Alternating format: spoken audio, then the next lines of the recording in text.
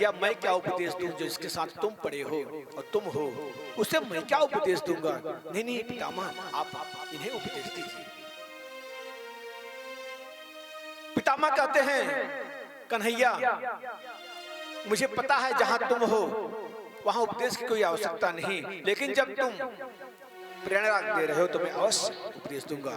तो उपदेश देते हैं, दान धर्मान राज धर्मान मोक्ष धर्मान विभागसः, स्त्री धर्मान भगवत धर्मान समासभ्य संयोगतः। गृहस्थ में व्यक्ति को ज्यादा से ज्यादा धन कमाना चाहिए। ऐसा नहीं कि गृहस्थ में रह करके हम धन को उड़ा दें, नहीं, धन ज्यादा से ज्यादा कमाना चाहिए। तन पवित्र होता है सेवा करने से, मन पवित्र होता है दान करने से।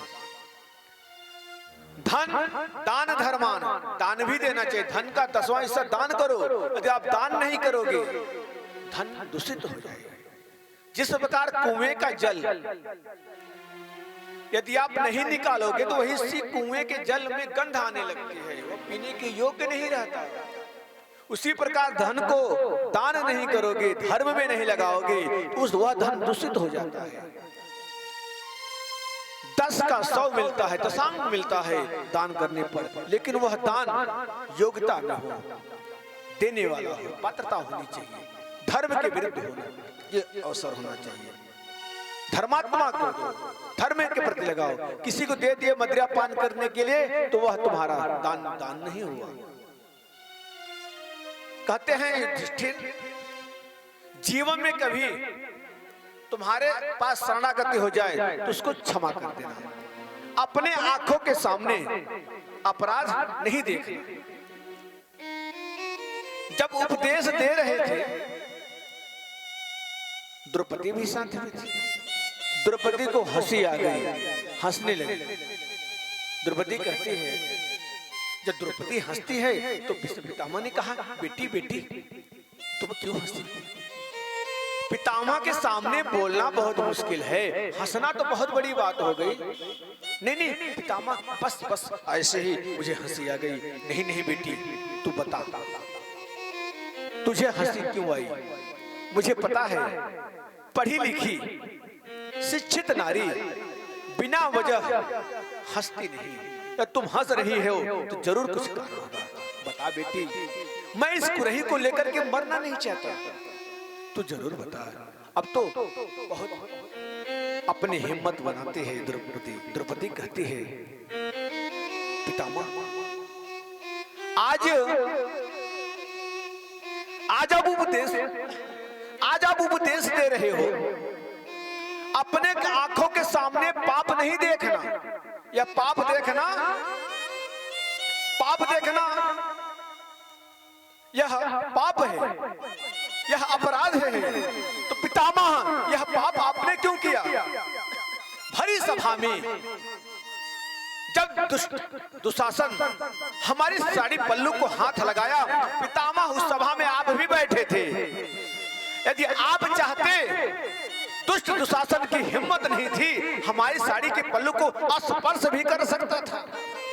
लेकिन उस सभा में आप भी तो बैठे थे, लेकिन आपने मना नहीं किया। पितामह यदि ये आंखों के सामने पाप देखना अपराध है तो यह अपराध आपने क्यों किया? पितामह मुझे इस बात की हंसी आ गई। हिचकियों से समान पितामह रोने लगे। पितामह ने कहा, बेटी आज उसी का प्रायश्चित मैं कर रहा हूं। आज मैं 54 दिनों से इस बाणों की सैया पर मैं सोया हूं।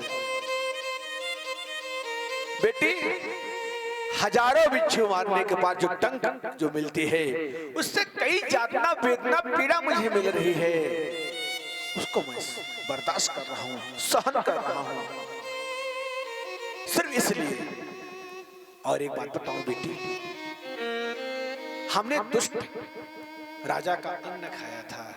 एक बात बताऊं, जैसा खाओगे अन्न वैसा रहेगा मन। इसलिए भगवान से प्रार्थना करें कि अन्न कभी भी दूषित न हो। दुष्टों के यहां जाकर के आप भोजन करोगे तो मन दूषित होगा। इसलिए सब जगह भोजन, जो संध्या वंदन करने वाले ब्राह्मण हैं वो सब जगह भोजन नहीं पाते। क्या पता क्या कैसा। एक बार एक महात्मा को राजा ने भोजन करने के लिए बुलाया, तो महात्मा गए, भोजन पाए, 9 लखा हार लगा हुआ था और उसे झोली में डाले और चल दिए। प्रातः काल उठ करके संध्या वंदन जब किए तो उन्होंने कहा ये हार कैसे मैं ले लिया, हमारी बुद्धि कैसे बिगड़ गई। दौड़े दौड़े गए महात्मा राजा के पास। राजा राजा सुनो सुनो, धीरे से बोला, क्या हुआ महाराज आप दौड़े, कल मैं आपके यहाँ से चोरी कर गया था हार 9 लखा, ये ले लो। राजा ने कहा नियम सबके लिए एक बराबर है, चोरी हुई है तो दंड भी मिलना चाहिए। लेकिन महात्मा आप ला करके वापस किए, ये तो दंडनीय नहीं है। लेकिन मैं पूछना चाहता हूँ आपने क्यों दिया?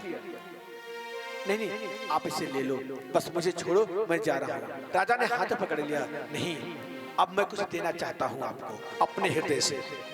मैं आपको क्या दे दूं आप बताइए, आप चाहे तो हमारा राज्य मांग लो, लेकिन मैं आपको कुछ दूंगा। महात्मा ने कहा जो मांगूंगा वही देना। हाँ हाँ आप मांगिए। महात्मा ने कहा आज के बाद मुझे अपने आप भोजन के लिए कभी नहीं बोला।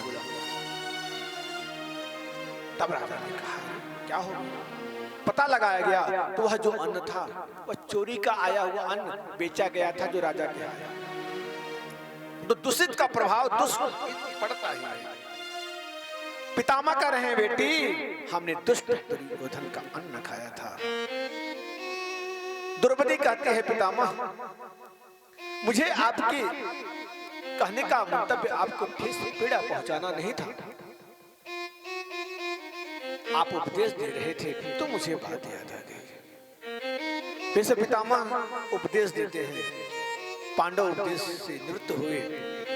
अब समय ऐसा आया उत्तरायण, सूर्य भी उत्तरायण, और भगवान जिसके सम्मुख हो, गोविंद जिनके सम्मुख हो, भला उनके भी पितामह को तो वरदान है इच्छा मूर्ति का। तो पितामह कहते हैं कि अब हमारी वार्तालाप इस टेढ़ी टांग वाले से होगी, बीच में कोई कुछ ना बोलेगा। आज मैं कुछ आपको देना चाहता हूं। क्या देना है? मेरी कुछ इच्छा है प्रभु, उसे स्वीकार करो। हाँ हाँ बोलो। जब तक मैं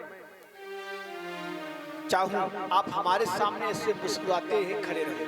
अब बड़े चक्कर में पड़ गए भगवान, किन्हें इच्छा मूर्ति का वरदान है मृत्यु का, पता नहीं कब जाना पधारे, मैं ऐसे खड़े रहूं तो मुंह लटका।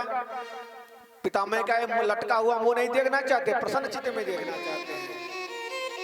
समय ऐसा आया, अब पितामह के पास कुछ था नहीं, भगवान को क्या अर्पण करें, तो पुत्र छंद में स्तुति ही करने लगे। आइए हम लोग एक दो लाइन जो भीष्म पितामह ने स्तुति किया उसे हम लोग गुनगुना करें।